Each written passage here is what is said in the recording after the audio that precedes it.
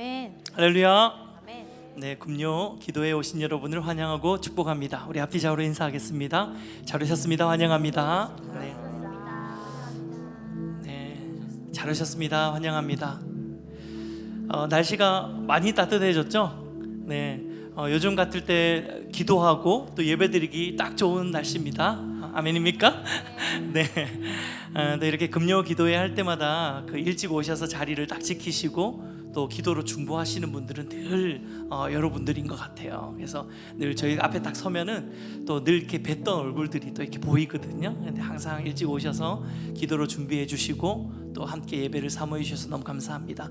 오늘 이 밤에 그 사모하는 10년 가운데 하나님께서 신실하게 은혜를 부어 주실 줄 믿습니다.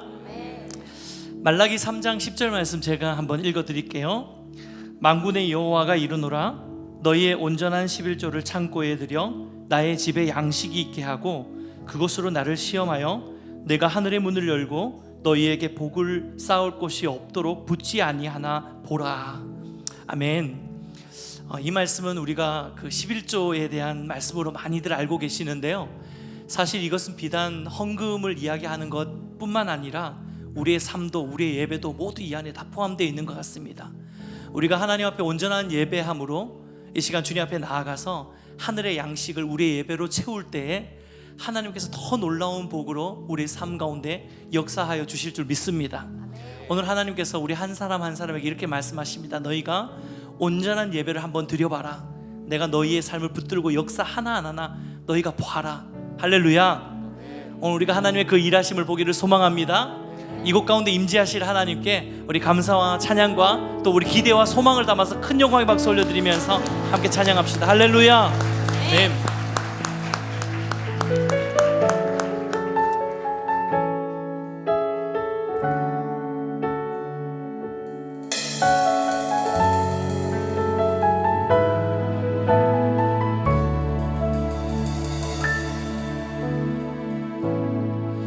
하늘의 문을 여소서, 이곳을 주목하소서. 주를 향한 노래가 꺼지지 않으니 하늘을 열고 보소서. 이곳에 임재하소서. 주님을 기다립니다. 기도의 향기가 하늘에 닿으니 주여 임재하여 주소서. 이곳에 오소서. 이곳에 앉으소서. 이곳에서 드리니 예배를 받으소서. 주님의 이름이, 주님의 이름만이, 오직 주의 이름만 이곳에 있습니다. 아멘. 하늘의 문을 여소서.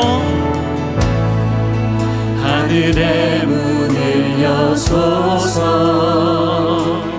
이곳을 주목하소서. 주를 향한 노래가 꺼지지 않으니 하늘을 열고 보소서. 이곳에 임재하소서.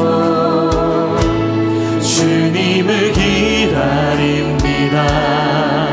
기도의 향기가 하늘에 닿으니 주여 임재하여 주소서. 주여 임재하여 주소서.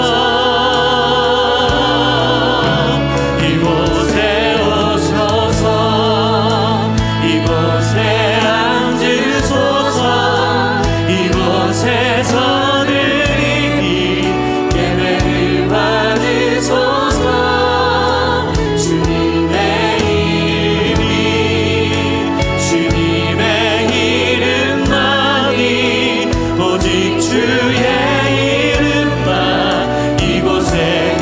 한번 이곳에 오소서, 이곳에 오소서, 이곳에 앉으소서, 이곳에서 늘 예배를 받으소서. 아멘. 주님의 이름만이 오직 주의 이름. 오늘 이 밤에도 이곳 가운데 임재하실 주님을 기대하시면서 우리 두 손 높이 들고 이곳에 오소서, 이곳에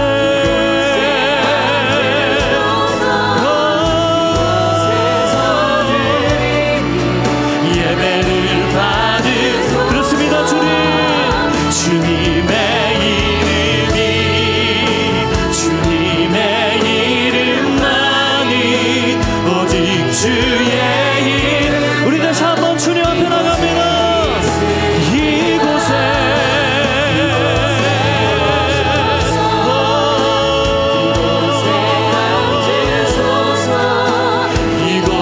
이곳에서는 주님 우리 예배를 받아주시옵소서. 오늘 이 밤에 주님 안에 우리의 찬양을 받으실 분이십니다. 아멘. 주님의 이름만이 오직 주의 이름만 이곳에. 우리 두 손 높이 들고 주님을 찬양합니다. 주님을 찬양하오니, 주님을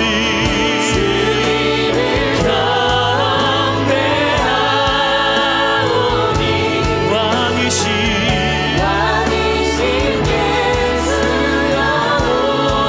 오셔서 찾아가사 다스리소서. 주님을 찬양하오니, 주님을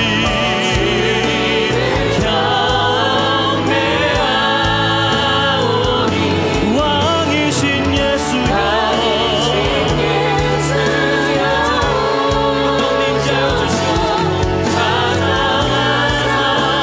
우리 마지막으로 다시 한번 고백합니다. 주님을 찬양하오니, 할렐루야. 주님을 찬양하오니, 주님을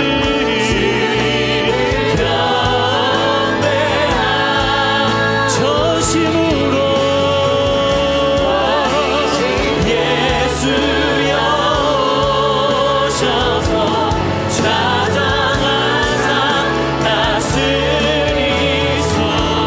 할렐루야. 오늘 이곳 가운데 임재하시고 하늘의 문을 여시고 신실한 은혜 부어주실 주님을 찬양합니다. 경배합니다. 할렐루야. 아멘. 우리 자리에서 일어나서 그 하나님 찬양하기 원합니다. 오늘도 왕이신 하나님 앞에 우리 감사와 찬양과 기쁨으로 찬양합니다. 할렐루야.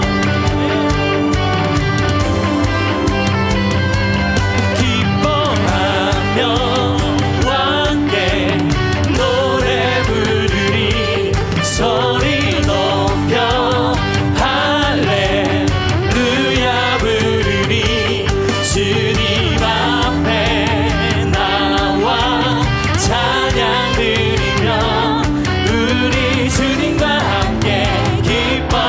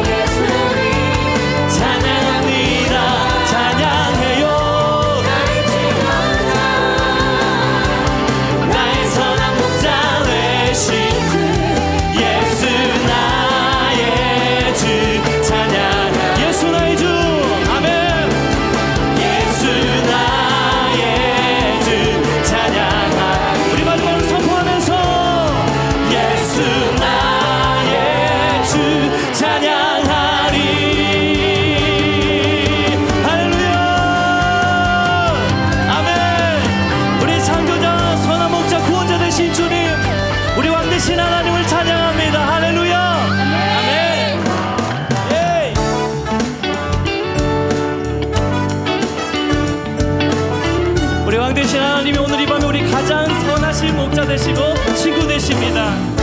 사모하는 친구가 되시는 그 주 예수님은 아름다워라. 산 밑에 백합화요 빛나는 새벽별 주님 영원할 길 아주 없도다. 그렇습니다. 주님 내 마음이 아플 적에 그 위로 내시며 나 외로울 때 좋은 친구라. 주는 저 산 밑에 백합 빛나는 새벽별 이 땅 위에 우리 하나님 더 높이 찬양할까요? 내 맘의 모든 염려 이 세상 보라고 주님 항상 같이 하여 주시고. 그렇습니다. 주님 시험을 당할 때에 악마의 계교를 즉시 물리치사 나를 지키네. 온 세상 날 버려도 주 예수 안 버려 끝까지 나를 돌아보시니. 아멘. 주님 저 산 밑에 백합 빛나는 새벽별 이 땅 위에 비길 것이 없도다. 내 마음을 다하여서 내 마음을 다하여서 주님을 따르며 길이 길이 나를 사랑하리니. 불불이 두렵지 않고 창검도 넘었네. 주는 높은 산성 내 방패시라. 내 영혼 먹이시는 그대 누리고 나 친히 주를 뵙기 원하네. 주는 저 산 밑에 백합 빛나는 새벽별 이 땅 위에 비길 것이 없다. 아멘. 내 영혼 먹이시는 내 영혼 먹이시는 그대 누리고 나 친히 주를 뵙기 원하네. 주는 저 산 밑에 백합 빛나는 새벽별 이 땅 위에 비길 우리 마지막으로 다시 한번 고백합니다. 내 영혼 먹이시는 내 영혼 먹이시는 그대 누리고 나 친히 주를 뵙기 원하네. 아멘.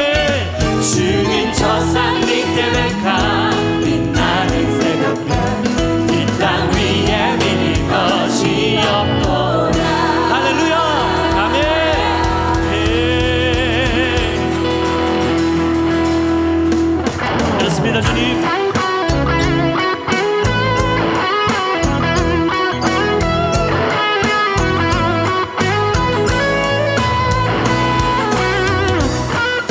오늘도 우리가 온 마음을 담아서 주님을 향해 드리는 이 고백 가운데 우리 하나님께서 가장 좋은 친구로 우리와 함께 하실 줄 믿습니다. 아멘. 내 마음을 가득 채운 내 마음을 가득 채운 주 향한 찬양과 사랑 어떻게 표현할 수 있나. 수많은 찬양들로 그만 표현할 길 없어 다시 고백합니다. 내 마음을 가득 채운 내 마음을 가득 채운 주 향한 찬양과 사랑 어떻게 표현할 수 있나. 수많은 찬양들로 그만 표현할 길 없어 다시 고백합니다. 주 사랑해요. 주 사랑해요. 온맘 다하여 말로 다 할 수 없어. 주 사랑해요. 찬양 받아주소서. 아멘. 수많은 멜로디와 찬양들을 드렸지만 다시 고백하기 원하네. 주님은 나의 사랑 삶의 중심 되시오니 주를 찬양하니. 할렐루야. 주 사랑해요. 주를 사랑해요. 온맘 다하여 말로 다 할 수 없어. 주 사랑해요.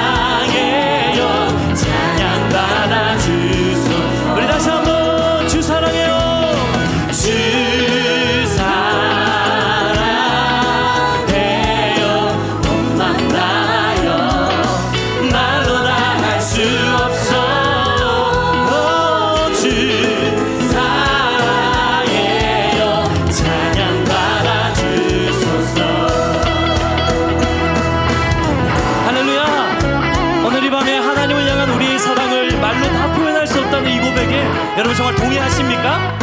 아멘. 정말 그렇습니까? 우리 그렇다면 말로 할 수 없으니까요, 가장 큰 함성으로 주님께 할렐루야! 아멘. 주 사랑해요. 주 사랑해요. 온 밤 다하여 말로 다 할 수 없어. 그렇습니다. 주님, 우리 다시 한번 전심으로 고백합시다. 주님을 사랑합니다. 주 사랑해요. 주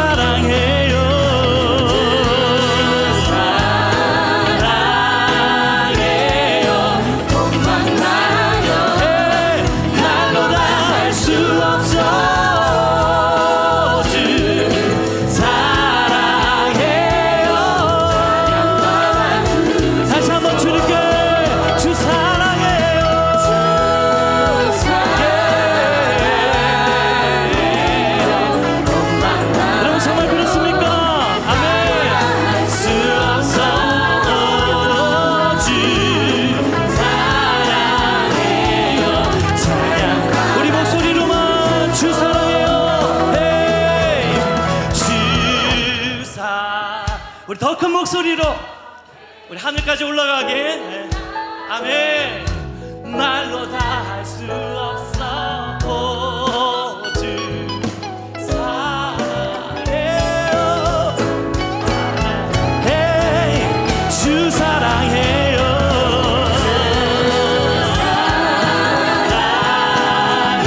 그렇습니다. 주님. 아멘. 말로 다 할 수 없어.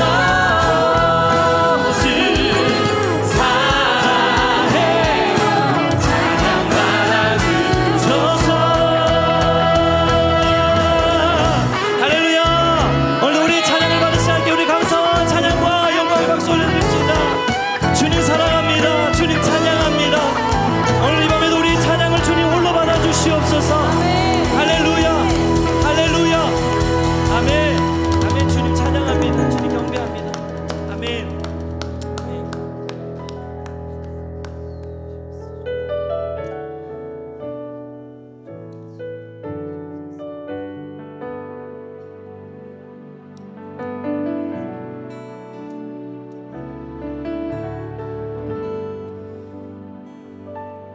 나의 맘 받으소서. 오소서 주님의 저소 삼으소서.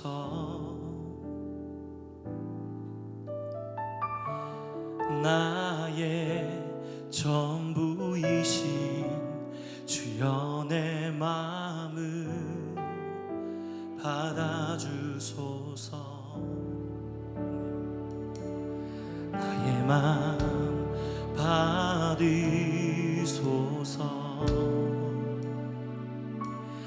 오셔서 주님의 저소 삼으소서.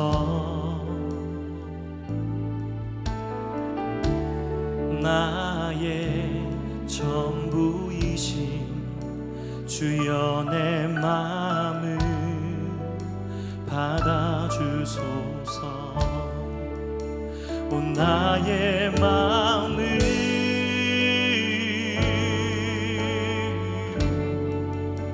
주님께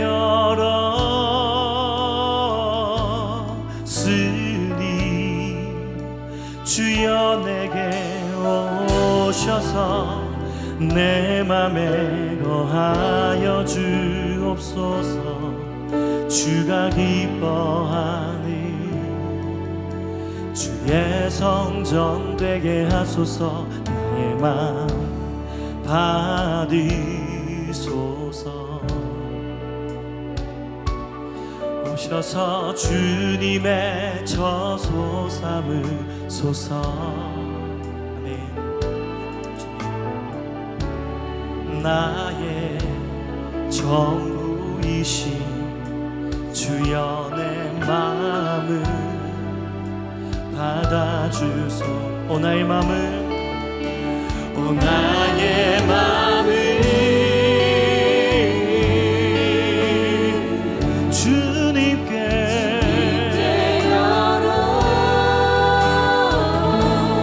열었으니 주여 내게 오셔서 내 맘에 거하여 주옵소서. 주가 기뻐하는 주의 성전 되게 하소서. 나의 맘 받으소서. 오셔서 주님의 저소 삼으소서. 나의 전부이신 주여 내 맘을 받아주소서. 나의 맘을 아멘 주님께 열었으니 주여 내게 오셔서 내 맘에 거하여 주옵소서. 주가 기뻐하니 주의 성전 되게 하소서. 나의 맘 받으소서. 오셔서 주님의 저소 삼으소서. 나의 전부이신 주여 내 마음을 받아주소서. 주님 사랑해요. 주님 사랑해요. 온 마음과 정성 다해 하나님의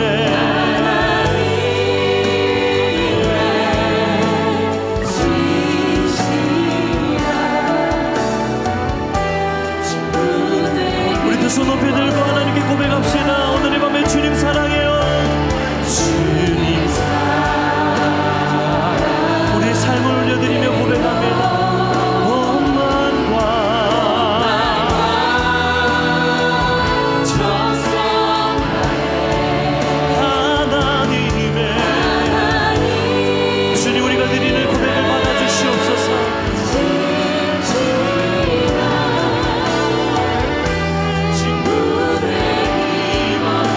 주님 사랑해요.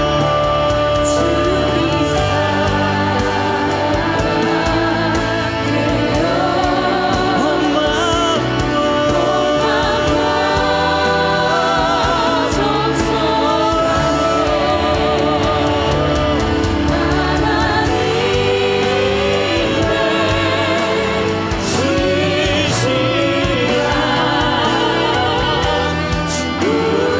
우리 마지막으로 간절히 고백합니다.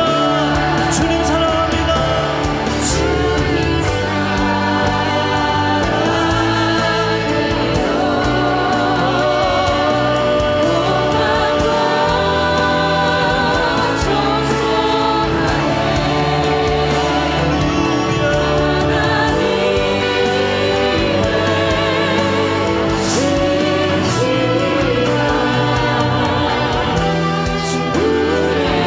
두 손 높이 들고 함께 기도하며 주 앞에 나갑시다. 하나님 오늘도 주님 우리의 마음을 받아주시옵소서. 주님께 더 가까이 나가기 원합니다. 주님과 더욱 친밀해지는 밤 되길 원합니다. 하늘의 문을 여시고 은혜의 담비를 부어주시옵소서. 우리 주님 찾고 기도합니다. 주여 주여. 아버지 하나님 오늘 이 밤에 우리가 주님을 간절히 사모합니다. 주님의 임재 앞으로 나갑니다. 하나님 오늘도 주님 부어주시옵소서. 은혜의 담비로 나가여 주시옵소서.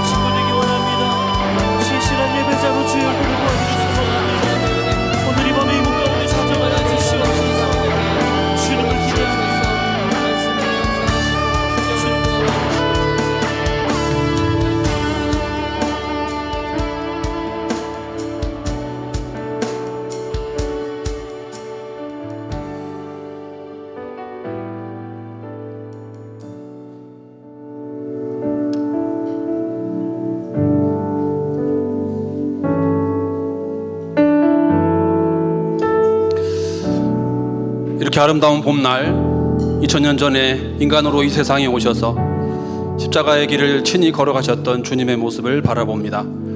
금요일 저녁 쉴 수 있는 시간이지만 또 찬양하고 기도하고 하나님의 나라를 구하고자 함께 모인 하나님 백성들을 축복하여 주시고, 찬양을 통해 영광 받으시며 기도 가운데 응답해 주시며 말씀 가운데 은혜로 채워 주옵소서. 우리의 간구를 들어 응답하여 주시며 주님의 뒤를 따르는 제자가 되게 하여 주옵소서. 감사드리며 예수님의 이름으로 기도하옵나이다. 아멘. 하나님의 말씀 마태복음 20장 28절 말씀, 아마도 암송이 가능하신 분이 대부분이실 텐데, 암송이 가능하신 분은 암송을 하시고 암송이 안 되는 분은 나는 왜 암송이 안 될까 자책하시면서 마태복음 20장 28절 말씀 함께 합독하겠습니다. 시작. 인자가 온 것은 섬김을 받으려 함이 아니요 도리어 섬기려 하고 자기 목숨을 많은 사람들을 위하여 대속물로 주려 합니다. 아멘.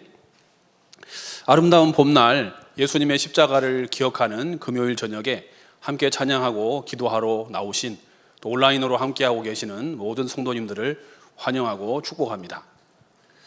한국 사람들은 대체로 정의, 공의, 공평 이런 가치를 대단히 좋아합니다. 왜 그런고 하니 어떤 사회학자가 연구하기를 우리 민족은 옛날부터 강대국들의 침략을 많이 받았고 전쟁도 많이 했고 또 일제 식민지 통치라든지 한국 전쟁도 겪었고 또 그 다음에는 경제 성장, 민주화, 산업화 이런 과정들을 참 많이 겪었습니다.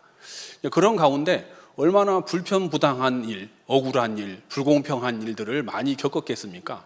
그러니까 우리 마음속에는 공통적으로 공평해야 됩니다. 뭐든지 사소한 거라도 똑같이 나눠줘야 됩니다. 빵을 하나 나눠 먹어도 나는 하나 먹는데 옆 사람 2개 먹으면 참을 수 없죠. 다소 퀄리티가 떨어지더라도 공평하게 하나씩 똑같이 돼야 우리가 직성이 풀리는 거죠. 그래서 우리가 제일 싫어하는 것은 적어도 나는 괜찮지만 내 주위에 다른 사람이 어떤 편법이나 탈법이나 반칙이나 규칙을 위반해서 분연히 내 앞을 치고 나갈 때 우리는 그것을 참지 못합니다. 분노하고 말죠. 그래서 세상 사회 모든 분야가 다 공평해야 되지만 특히 입시나 입대나 입사는 너무나 이해관계가 첨예하게 대립되는 지점인 거로 이거는 사람을 뽑을 때 공평하게 뽑아야 합니다. 공정성이 가장 중요하죠. 여러분, 어떤 데서 사람을 뽑는데 객관적인 기준에 의해서 성적순으로 사람을 뽑지 않고 그 뽑는 사람하고 친분 관계가 가까운 어떤 이해관계에 의해서 그 결과가 당락이 좌지우지 된다고 하면 그 뽑히지 않은 사람 입장에서는 얼마나 억울하고 불편부당하겠습니까? 그런 점에서 이런 사람을 선발하고 그 과정을 진행하는 가운데 그 모든 공정성을 허물어버리는 관행이 하나 있다고 한다면 인사청탁이죠. 이것은 그 과정 속에서 그 선발되지 않은 많은 사람에게 불공평하다는 마음을 줄 수가 있습니다. 그런데 오늘 말씀을 보면 예수님의 제자들도 인사청탁을 했던 장면이 성경에 나오고 있습니다. 하루는 그 예수님의 12제자 중에 그 세베대의 2 아들이 있습니다. 야고보와 요한이죠. 그 어머니가 이 2 아들을 데리고 예수님께 찾아왔습니다. 그리고는 엎드려 절하며 예수님께 뭔가 하나 간청을 했습니다. 여러분, 그 간청의 내용이 무엇입니까? 어머니가 얼마나 아들을 아꼈는고 하니 예수님에게 주님 나라가 임할 때에 주님의 그 보좌에 우편과 좌편에 저의 2 아들을 한 명씩 앉혀주시면 어떻겠습니까? 이렇게 요청을 했단 말이죠. 지금 이 간청하는 내용이 무엇입니까? 자기 아들들을 이 곧 임할 하나님 나라의 어떤 나라의 이 왕국에, 예수님이 곧 왕이 되실 건데 예수님이 왕이 되시면 그 제2위의 예수님의 측근이 되어서 나라의 제2위의 보좌와 제3위의 보좌를 자기 아들들에게 앉게 해달라고 하는 그런 부탁입니다. 이 섬김이 아니라 어떤 다스림. 원래 이 갈릴리 어부 출신들 아닙니까? 근데 예수님 잘 만나가지고 지금 3년 만에 나라의 제2인자, 3인자가 될 그런 위치에 처했습니다. 예수님께서 그 말씀을 들으시고는 즉답 대신에 되질문을 하십니다. 내가 마시려고 하는 잔을 마실 수 있느냐? 야고보와 요한은 아마도 예수님이 어떤 질문을 하시거나 어떤 요청을 하셔도 이미 긍정적인 답을 마음에 생각하고 왔을 것입니다. 깊이 생각해 보지도 않고 예, 마실 수 있습니다 라고 대답을 했죠. 예수님이 다시 말씀하십니다. 너희가 그 잔을 만약에 마실 수 있다고 한다면 그 나라의 보좌의 우편과 좌편은 내가 주는 것이 아니라 내 아버지께서 주시는 것인데 누구를 위해 주기로 작정되었다 할지라도 그 잔을 마시는 자의 자리가 될 것이다. 주님이 이렇게 말씀하셨습니다. 짧은 시간 내에 아주 의미심장하고 어마무시한 대화가 지금 막 오고 가고 하는 중이죠. 문제는 그 다음입니다. 이 두 아들이 인사청탁을 하는 바람에 나머지 10명의 제자들 사이에서 큰 다툼과 분쟁이 일어나기 시작했습니다. 한번 생각을 해보십시오. 지금 12명으로 대표되는 실제로 12명 말고도 많은 제자들이 있었거든요.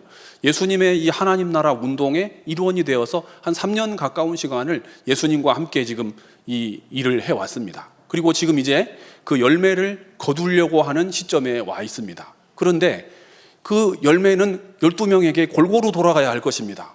그런데 이 2명이 먼저 선수를 쳐가지고 그 보좌 좌편과 우편을 차지해버리면 나머지 10명은 어떤 열매를 거둘 수가 있겠습니까? 여러분, 이 관계성 속에서 어떤 일이 벌어질 수가 있겠습니까? 그래서 이 12명 사이에서 심각한 다툼이 벌어졌죠. 예수님이 제자들을 다 불러 모으신 다음에 이런 말씀을 하셨습니다. 세상 나라 집권자들이 어떻게 통치를 해가는가? 여러분, 그 당시는 로마 치하였기 때문에 로마 황제도 있고 그 황제의 그 대리 통치자로서 총독도 파견되어 있는 상태입니다. 그 앞서는 헤롯 왕과의 분봉왕 제도 가운데서도 통치를 받았던 적이 있습니다. 시대마다 나라마다 조금씩 모양새는 다를 수 있지만 이 세상 나라가 그 자신의 어떤 권력을 유지해가고 그 나라를 통치해가는 방식이 어떻습니까? 힘으로 압제하는 것이죠. 권력자가 밑에 있는 사람을 내리 누르는 구조입니다. 또한 임의로 주관합니다. 여러분, 법이 있어가지고 어떤 상황이 되어도 법과 원칙대로 그러면 뭔가 기대할 것이 있죠. 공평과 정의가 실행된다고 볼 수 있겠죠. 하지만 임금이나 왕들이 그 주관자가 임의로 자기 마음대로 어떤 상당한 부분을 내키는 대로 이렇게 처분할 수가 있습니다. 그러면 피지배 국가 출신인 이 갈릴리 어부들은, 이 유대인들은 얼마나 많은 압제와 핍박과 고난과 억울함 가운데서 살아왔겠습니까? 시대마다 조금씩 양태는 다르지만 세상 나라가 자신의 권력을 유지해왔던 방식입니다. 그런데 너희 중에서는 그렇지 않아야 된다. 예수님의 말씀입니다. 그러니까 반대로 세상 나라는 그런 식으로 압제하고 힘으로 통치하는지 모르겠지만 내가 이룰 나라, 하나님께서 나에게 주실 나라, 내가 이제 예루살렘 성에 들어가면 마침내 도래하는 이 하나님의 나라는 그런 나라가 아니라는 것이죠. 하나님 나라는 정반대의 원리가 지배하는 곳이라고 주님은 말씀하고 있습니다. 이 나라는 어떤 나라입니까? 역전 현상이 벌어질 것입니다. 누구든지 강한 자가, 높은 자가 오히려 낮아져서 섬기는 자가 되어야 합니다. 누구든지 우두머리가 되려고 하는 자는 반대로 다른 사람들의 종이 되어야 한다고 주님은 말씀하셨습니다. 왜 그렇습니까? 주님께서 그렇게 하시려고 오셨기 때문입니다. 여러분, 오늘 20장 28절 말씀은 예수님이 이 세상에 인간으로 오신 목적과 이유가 무엇인지를 한 문장으로 성경 중에서 가장 명쾌하게 설명하고 있는 부분입니다. 예수님이 이 세상에 오신 목적이나 이유가 무엇입니까? 예수님은 뭐 왕이 돼가지고 누구 위에 군림한다거나 어디 나라를 막 다스린다거나 그런 분이 아니시죠. 예수님은 도리어 섬기려고 오신 분입니다. 그런 예수님의 제자들이 섬김을 본받아서 행해야지 이 나라의 어떤 왕권을 차지할 때에 어떤 권력을 차지할 것이냐, 여기에 관심이 있어서 되겠습니까? 게다가 그 예수님의 섬김의 최고점은 무엇입니까? 자기 목숨을 다른 사람들을 위한 대속물로 주려고 오셨다는 점입니다. 자유주의 신학자들 중에는 예수님의 죽음을 대속적 죽음, 예수님이 당하신 고난을 대속적 고난으로 보지 않는 분도 있습니다. 대속이란 없다고 주장하는 그런 분도 있습니다. 근데 오늘 읽었던 28절 말씀은 명확하게 설명해 주고 있죠. 예수님이 직접 하신 말씀입니다. 인자가 온 것은 섬김을 받으려 함이 아니고 섬기려 함이고, 그리고 결국은 그 마지막은, 그 최고점은 많은 사람들을 위해서 자기 목숨을 대속물로 주려고 오셨다 라고 말씀하고 계시죠. 대속물이 무엇입니까? 성경은 이것을 속량 혹은 속건 이렇게 부르기도 합니다. 여러분, 속량이 무엇입니까? 죄인이나 노예를 자유롭게 해주기 위해서 그 몸값을 지불하는 것을 말합니다. 대신 돈을 지불해 주는 것을 말하죠. 예수님은 십자가 위에서 자신의 피값으로 우리의 모든 죄값을 지우셨습니다. 예수님은 원래 하나님이신데 인간의 몸을 입으시고 이 세상에 오셨습니다. 우리가 당하는 모든 고통을 다 당하셨고, 비행기도 없고 자동차도 없던 시대에 2000년 전에 유대인 목수의 아들로 사셨습니다. 모든 고난을 당하셨고 우리가 이해할 수 있는 말을 하셨습니다. 그리고 마침내는 십자가 위에서 자기 피로써 우리 죄를 단번에 씻어버리는 영원한 번제를 하나님께 드리셨습니다. 소나 염소나 송아지의 피가 아닌 자기 피로써 영원히 다시금 줄이거나 목마르지 않는 영원한 생수를 우리에게 주셨습니다. 누구든지 예수님의 십자가의 대속의 은혜 때문에 하나님을 아바 아버지라고 부를 수 있습니다. 그 손에서 유황 냄새가 가시기도 전에, 그 손과 발의 못자국이, 허리에 창자국이 아물기도 전에 예수님은 부활하심으로 우리를 전부 하늘로 끌고 올라가셨습니다. 우리를 하나님으로부터 다시금 화목해 만들어 주셨습니다. 하나님을 아바 아버지라고 부를 수 있도록 역사해 주셨습니다. 그런 예수님을 3년간 따라왔던 제자들은 어떠한 삶을 가져야 마땅합니까? 그런데 예수님의 제자들은 고작 인사청탁을 하고 있고, 지금 예수님이 왕이 되시면 누가 더 높은 자리에 앉을 것이냐 가지고 다투고 있습니다. 왜 그렇습니까? 이거 미스테리지 않습니까? 여러분, 그렇게 될 수 있었던 한 가지 배경은 유대인들 마음속 깊은 곳에 자리 잡고 있는 메시아 대망사상 때문일 수가 있습니다. 그들이 기대했던 메시아는 다윗의 왕조를 회복시키는 그런 정치적인 어떤 왕권을 회복하는 이 이방 나라 정권을 다 무찌르고 우리로 말하면 독립을 가져오는 그 나라의 독립을 대망했던 사람들이 유대인들이죠. 예수님을 그런 분으로 봤다는 거죠. 지금 이제 예수님이 예루살렘에 거의 다 오셨지 않습니까? 예루살렘 성에 들어가시기만 하면 예수님이 왕이 될 것이고 이 로마의 통치는 물러갈 것이고, 구약 성경이 예언한 것처럼 온 열방을 다스리는 통치의 권한이 우리에게 올 것이다. 너희가 세계 만방에 뛰어난 민족이 될 것이다. 세계 열방이 다 너희에게로 나아올 것이다. 그 말씀이 문자 그대로 이루어지는 것을 예수님을 통해 실현되기를 바랐죠. 그런데 예수님이 실제로 가시려고 하는 길은, 예수님이 마시려고 하는 잔은, 예수님이 가지고 오시려고 했던 나라는 그런 나라도, 그런 길도, 그런 잔도 아니었죠. 오히려 핍박과 고난과 죽음과 부활이 그 앞에 있는 그런 길이었습니다. 여러분, 예수님이 제자들에게 3번이나 명쾌하게 말씀해 주셨습니다. 인자가 예루살렘에 들어가면 제사장과 서기관과 이방인들 통치자들에게 고난과 핍박과 조롱을 받으며 결국 죽임을 당하며 제3일에 살아날 것이다. 예수님께서 3번이나 말씀을 하셨죠. 첫 번째는 마태복음 16장에 그 가이사랴 빌립보에서 베드로의 신앙 고백 이후에 예수님이 처음으로 말씀하셨죠. 인자가 예루살렘에 가면 고난과 죽음을 당할 것이다. 두 번째는 17장, 그리고 세 번째가 오늘 20장입니다. 두 번째와 세 번째에는 예수님이 고난당하고 죽으실 것과 제3일에 살아나리라까지 명쾌하게 직설법으로 말씀을 하셨습니다. 여러분, 그 말씀을 들은 바로 그 다음 단락이 오늘 이 야고보와 요한의 사건입니다. 그러니까 예수님은 지금 예루살렘에 거의 다 오셨고 요단강을 건너서 여리고를 지나 이제 예루살렘 성에 들어가시기만 하면 십자가와 고난이 기다리고 있는데, 제자들은 예수님이 예루살렘에 들어가면 하나님 나라의 의의 통치가, 예수님이 왕이 되실 거라고 생각했던 거죠. 그들이 기대했던 예수님의 예루살렘 입성은 왕이 되고 그 영광을 얻는 길이라고 생각했습니다. 하지만 실제로 예수님이 걸어가시려고 했던 길은 고난의 길이며 십자가의 길이었다는 사실을 우리가 알 수가 있습니다. 성도 여러분, 우리가 예수를 믿고 예수님의 제자로서 살아가고 있습니다. 오늘 우리에게 예수님을 믿는다는 것은 어떤 의미입니까? 축복을 얻고 영광을 얻는 길입니까? 아니면 고난을 얻고 어려움과 문제를 겪는 그런 길입니까? 우리가 예수님을 믿으면 유익이 닥쳐옵니까? 손해가 닥쳐옵니까? 감사하게도 오늘 우리가 살아가는 시대는 예수를 믿는다는 이유만으로 핍박을 하거나 반대를 하거나 고난을 주거나 그런 일은 사실 없습니다. 오늘 우리가 금요일 저녁인데 저는 이제 금요일 저녁만 되면 걱정이 좀 되는 게 우리가 엄청 좀 시끄럽게 하지 않습니까? 이게 엄청나게 찬양도 크게 하고 기도도 이렇게 세게 하는데 주변에 계신 분들이 이거 소음에 대해서 항의를 하면 어떻게 하나 하는 생각을 실제로 몇 번 해본 적이 있습니다. 근데 감사하게도 한 번도 따지러 오는 분이 없더라고요, 보니까. 다행히 여기가 주택가가 아니어가지고 주택가였으면 방음시설을 했겠죠. 완전히 소음이 나가지 않도록. 근데 핍박을 안 해서 그렇지 관심은 없죠. 우리가 뭘 해도 뭐 그다지 우리가 하는 일에 관심을 가지지는 않습니다. 그래서 복음 전하기는 쉽지 않지만 또 한편으로는 우리가 무슨 짓을 해도 뭐 그렇게 신경 쓰지 않습니다. 뭐 예수 믿는다고 그거 자체를 가지고 문제를 삼을 사람은 세상에 존재하지를 않습니다.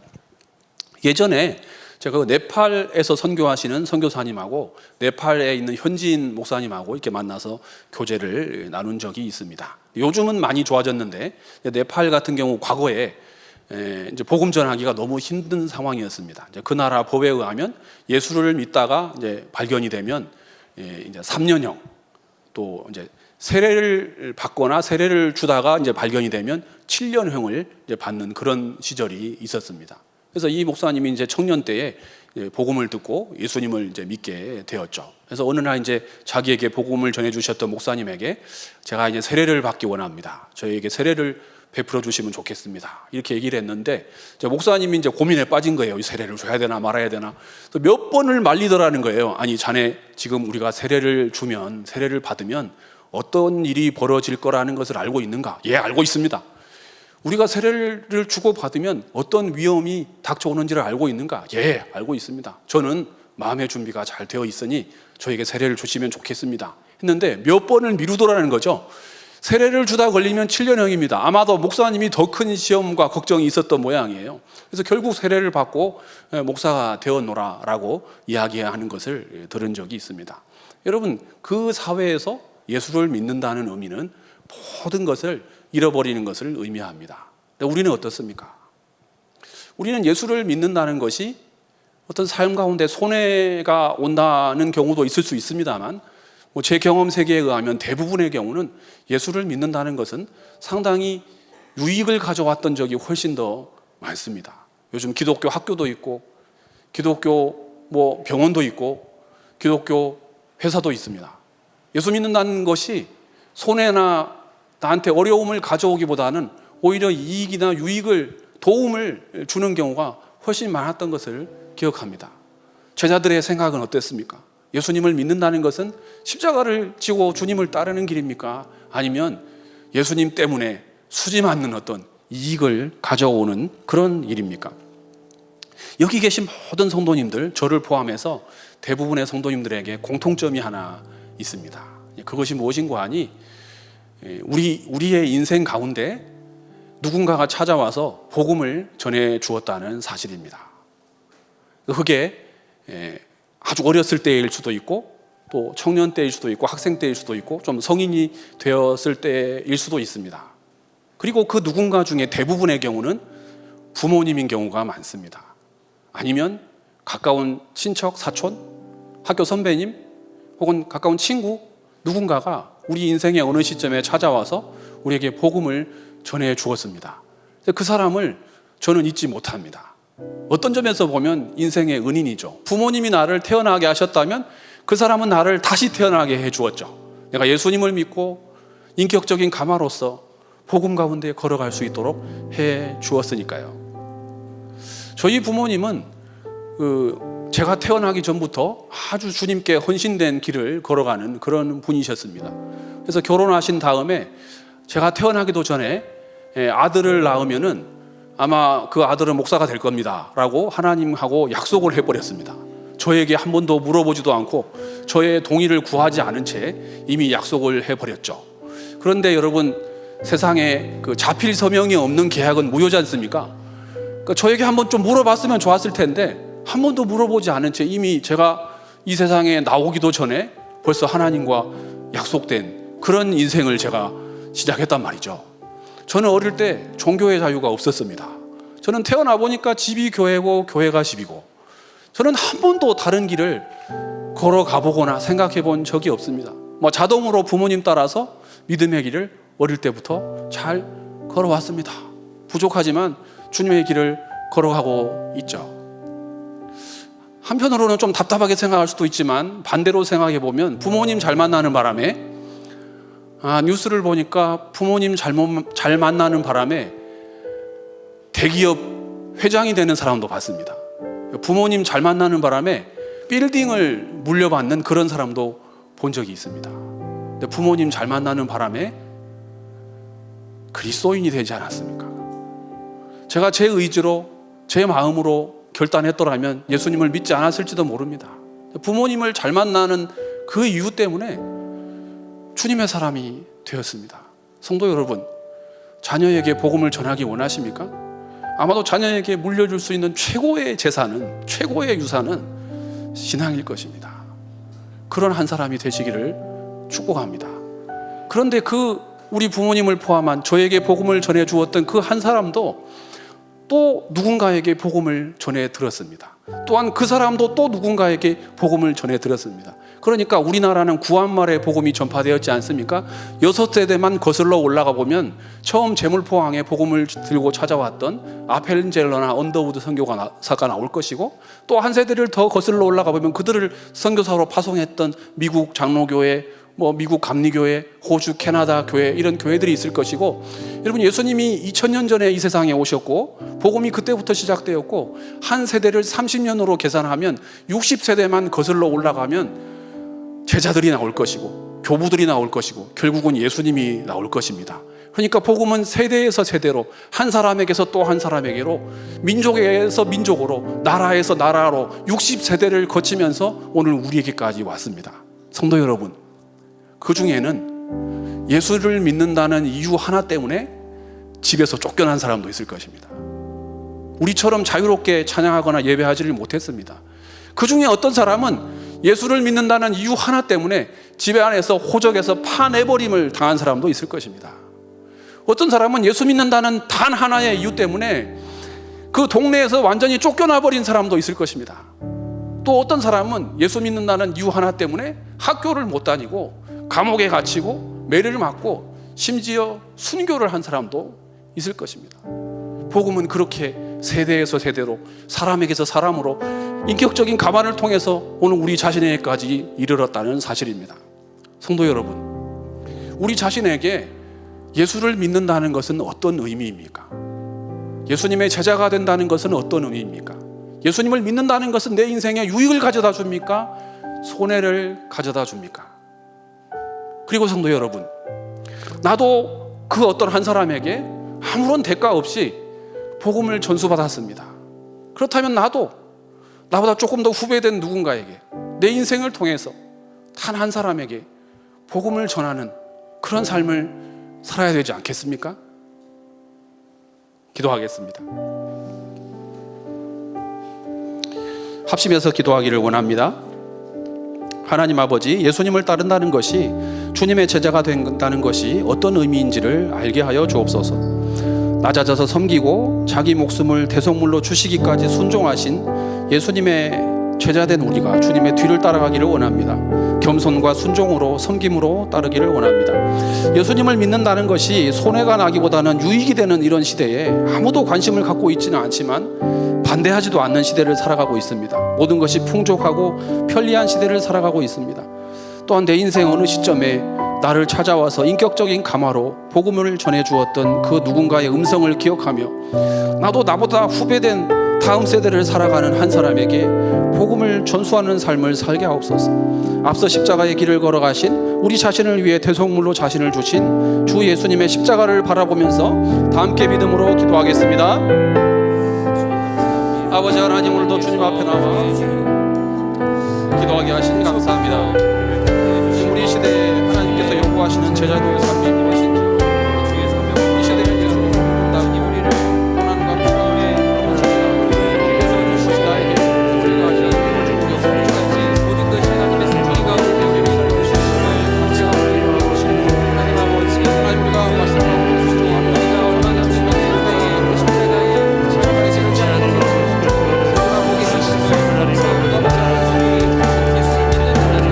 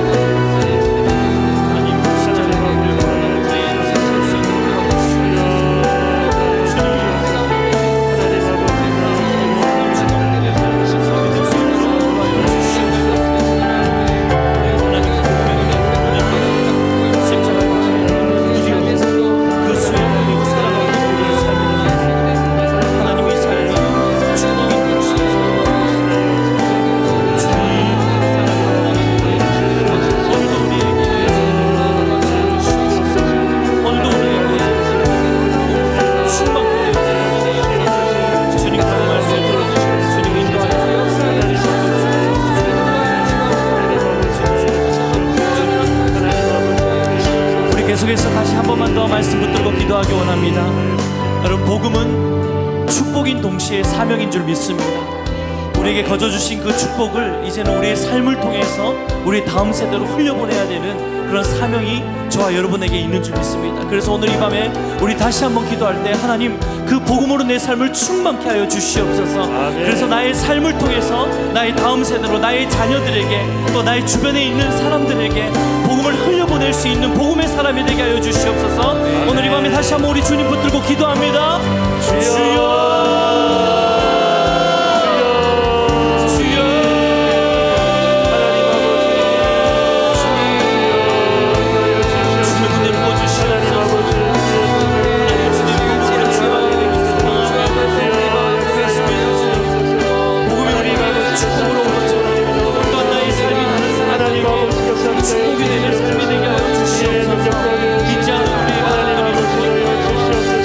우리 자녀들이 있습니까? 아버지 하나님,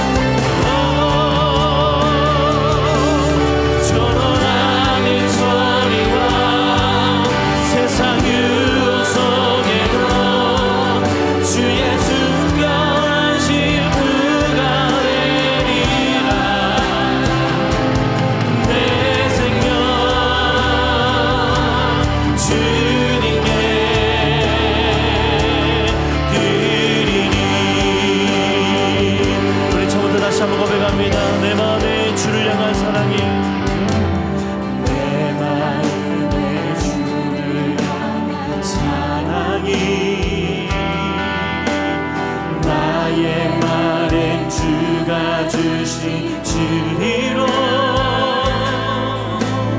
나의 눈에 주의 눈물 채워주소서.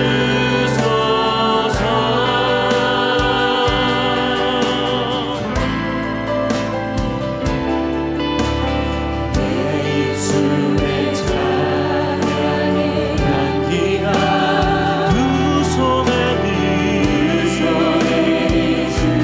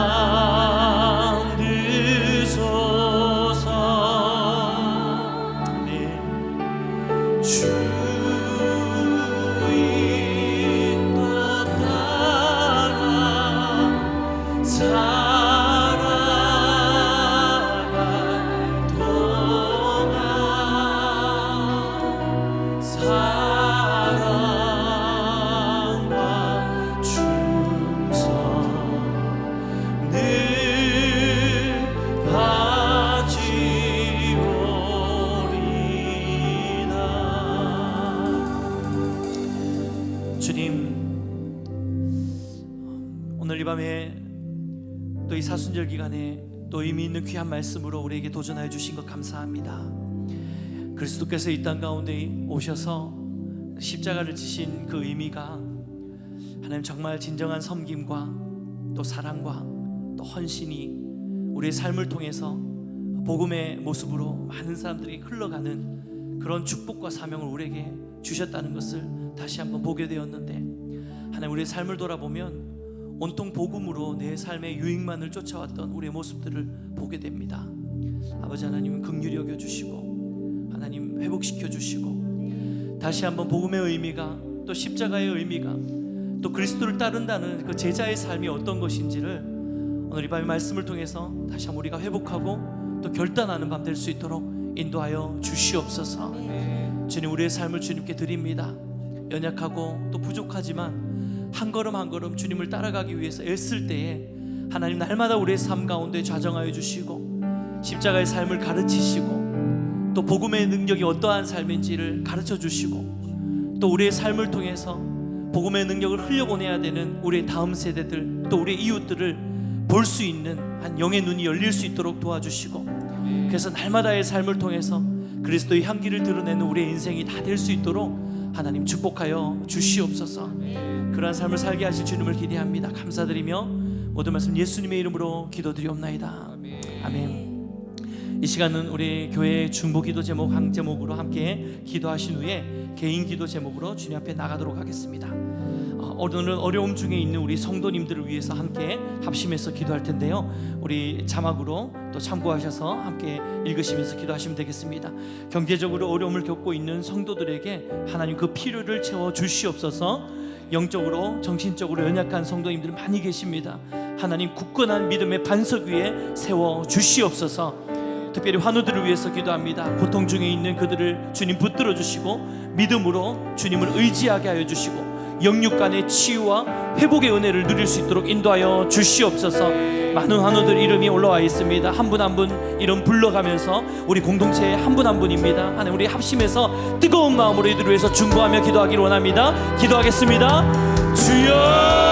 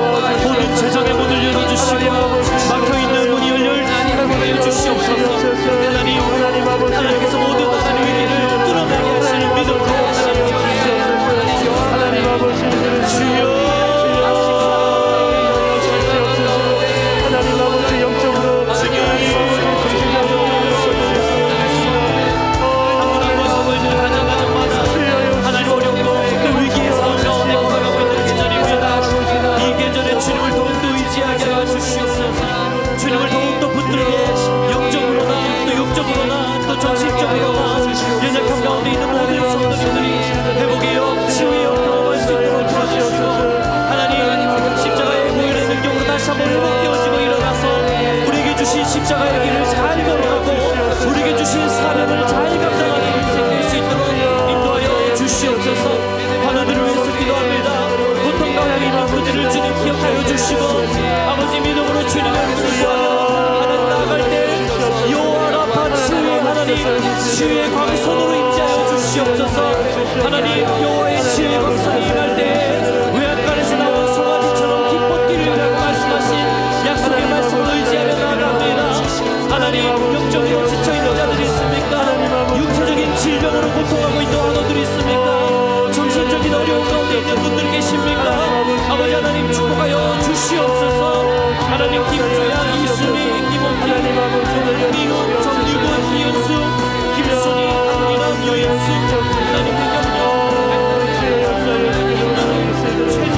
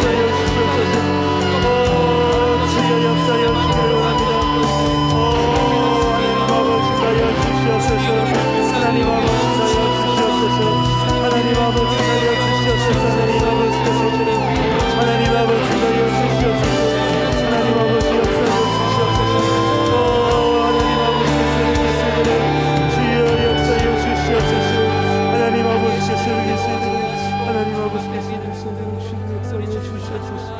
하나님 아버지께서 인생을